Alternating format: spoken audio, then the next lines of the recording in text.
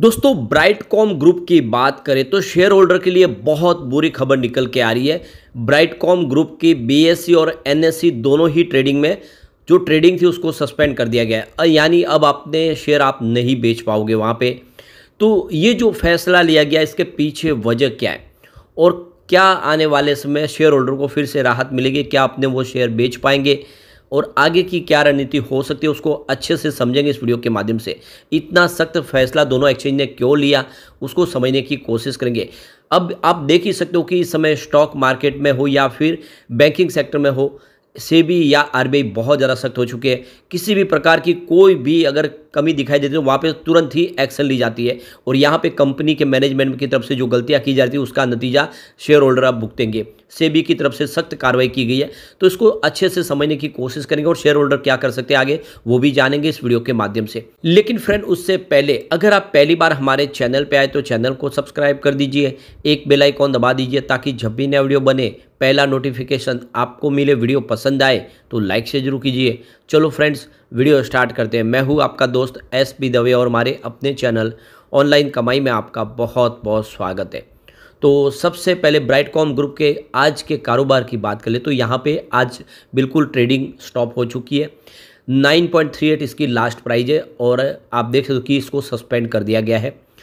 अब इसकी परफॉर्मेंस को अगर आप देखें तो यह स्टॉक 1 रुपये के आसपास था 3 अप्रैल 2020 को, यानी कोविड काल में 1 रुपये के आसपास था।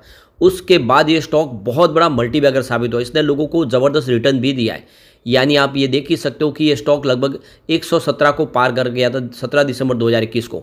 यानी साल भर में ही अगर देखें तो लोगों का निवेश कई गुना बढ़ गया था। एक समय इसका तहलका था बाजार में, यानी 1 रुपये का स्टॉक 100 रुपये को भी पार कर गया और वो भी सिर्फ साल डेढ़ साल में। तो ये बड़ा मल्टीबैगर जिसने लोगों ने काफ़ी अच्छा पैसा कमाया, लेकिन काफ़ी लोग हैं जो उसको लॉन्ग टर्म के लिए होल्ड करके रखे हुए, वो आ गए मुसीबत में क्योंकि स्टॉक जब लगातार गिरने लगा तो काफ़ी नीचे आए। अब पिछले एक साल में ही देखें तो इसमें 65% की गिरावट हो चुकी है। 33 से स्टॉक 9 रुपये पे आ चुका है। बात करें 6 मंथ की तो यहाँ पे 53% की भारी गिरावट हुई है। 20 रुपये के आसपास स्टॉक था 14 दिसंबर 2023 को, यानी लगातार ये गिरावट की चपेट में था। पिछले एक महीने में 27% की गिरावट हो चुकी है। अब ये देख सकते हो कि इसको सस्पेंड कर दिया गया है। तो एनएसई और बीएसई दोनों ने ही ट्रेडिंग से सस्पेंड कर दिया इसको। तो ये बड़ा फैसला लिया गया है। इसके मायने क्या उसको समझने की कोशिश करते हैं। तो ब्राइटकॉम ग्रुप के शेयरों का लेन देन अब बंद हो चुका है। बॉम्बे स्टॉक एक्सचेंज यानी बीएसई और नेशनल स्टॉक एक्सचेंज यानी एनएसई ने शेयरों की ट्रेडिंग को सस्पेंड कर दिया है।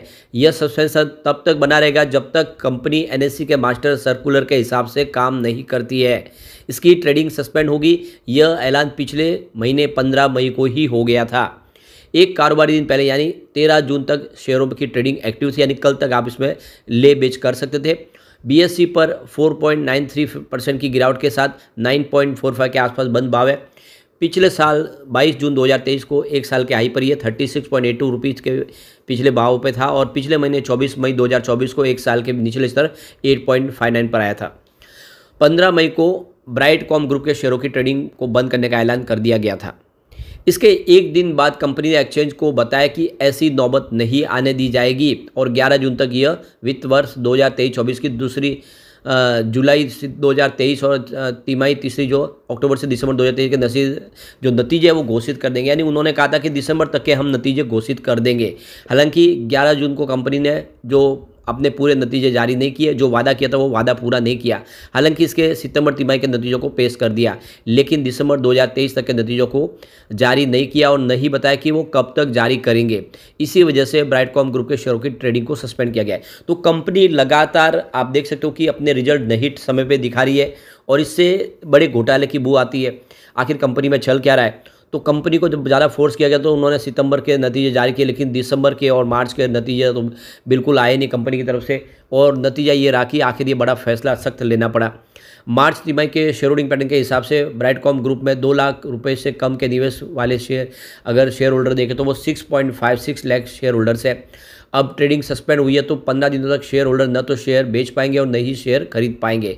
इसके बाद भी ट्रेडिंग सामान्य नहीं होगी बल्कि जेड कैटेगरी में ट्रेड फॉर ट्रेड बेसिस पर ही होगा।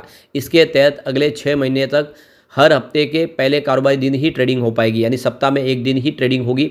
जेड कैटेगरी के शेयर वे शेयर होते हैं जो एक्सचेंज की लिस्टिंग से जुड़े नियमों को पूरा नहीं करते हैं, निवेशकों की शिकायतों का निपटारा नहीं करते हैं या दोनों डिपॉजिट के पास जरूरी व्यवस्था नहीं करते हैं।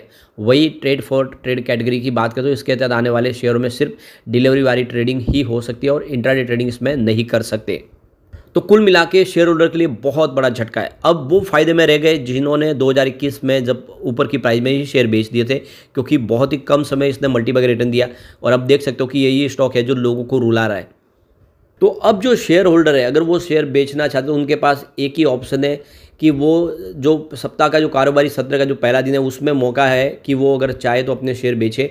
लेकिन जिस तरह से माहौल है उस हिसाब से लगता नहीं कि शेयर बेचेंगे, क्योंकि सब यहाँ पे बिकवाली करने की कोशिश करेंगे और इस वजह से हो सकता है कि उसमें शेयर नहीं बिक पाए, क्योंकि जेड कैटेगरी में जाने के बाद वो एक तरह से कंपनी के ऊपर आप देखते हो हर तरह से दबाव आ जाता है और कोई भी उस स्टॉक में भरोसा करना पसंद नहीं करता है।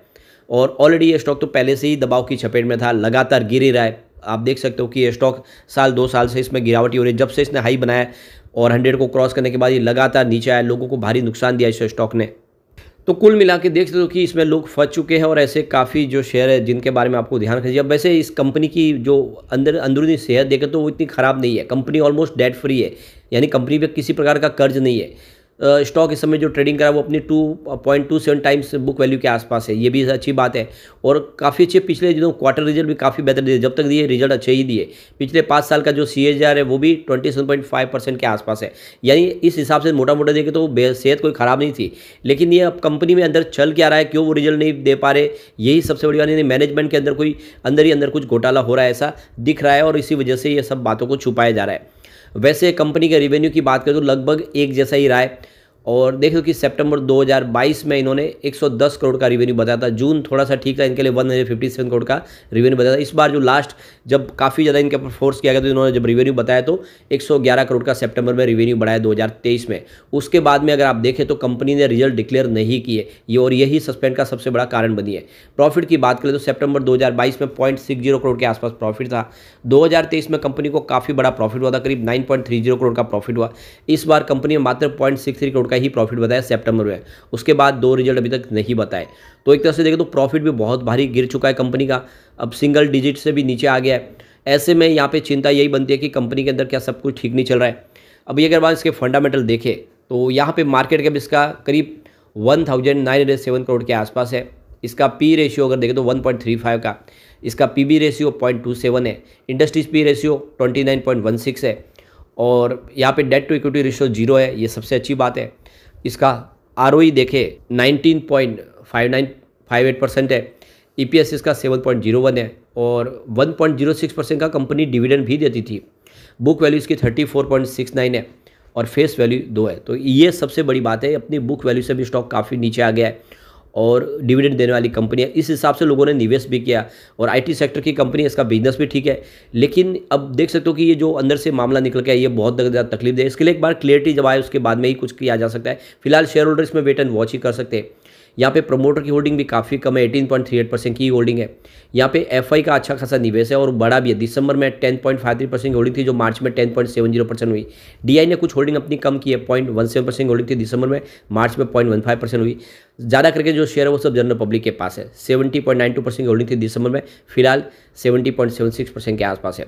तो कुल मिला के एक तरह से यहाँ पे बहुत ज़बरदस्त तकलीफ हुई है शेयर होल्डर को। अब आने वाले इसमें 2-4 दिन में पता चलेगा क्या क्लियरिटी होती है, क्या जल्दी से सस्पेंशन हटता है या कंपनी की तरफ से कुछ और बयान निकल गया, तब उसके बाद में जो भी बात होगी उसको जरूर डिस्कस करेंगे। फिलहाल अभी हमें वेट ही करना होगा। लेकिन फ्रेंड, कोई भी इन्वेस्टमेंट करने से पहले अपने फाइनेंशियल एडवाइजर से बड़े ले या अपना खुद का रिसर्च करें, क्योंकि मैंने वीडियो आपके एजुकेशनल पर्पज़ के लिए ही बनाया। वीडियो पसंद आए तो लाइक से जरूर कीजिए और चैनल को सब्सक्राइब कर दीजिए। Thank you friends.